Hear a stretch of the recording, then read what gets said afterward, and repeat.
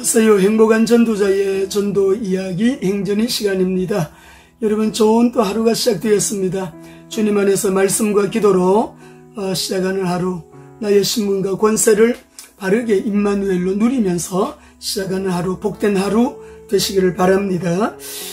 지금 우리가 지구상에서 가장 강력한 기도, 이 책을 지금 읽어드리고 있습니다. 우리 행전의 시간에는 전도 선교 세계복음화 현장을 함께 나누는 시간이잖아요.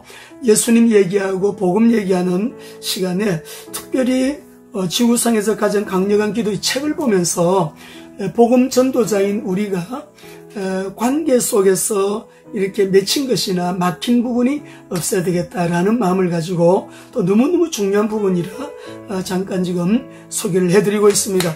자, 우리 지구상에서 가장 강력한 기도, 우리 용서의 기도인데요. 자유에 이르는 7단계, 당신에게 상처를 준 그 사람에게 더 이상 속박되어 있을 필요가 없다. 당신은 자유롭다. 1단계에서는 용서를 결정하라 말씀드렸죠.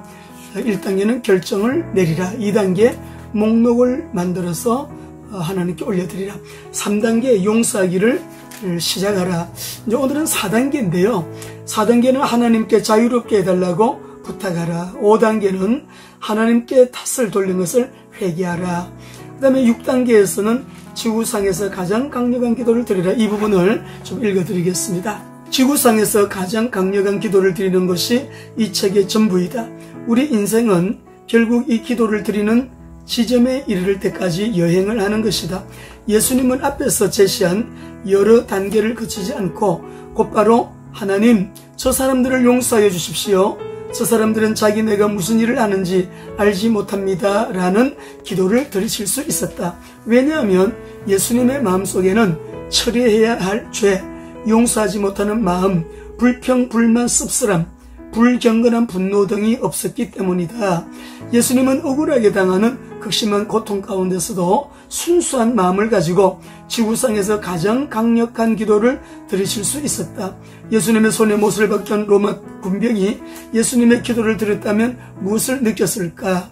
이 책 앞부분에서 나는 용서라는 것은 정의에 관계된 것이 아니라 사랑의 행위라는 것을 역설하였다. 예수님을 송사하고 죽이는 무리들에 대한 예수님의 태도는 사랑의 마음이었다.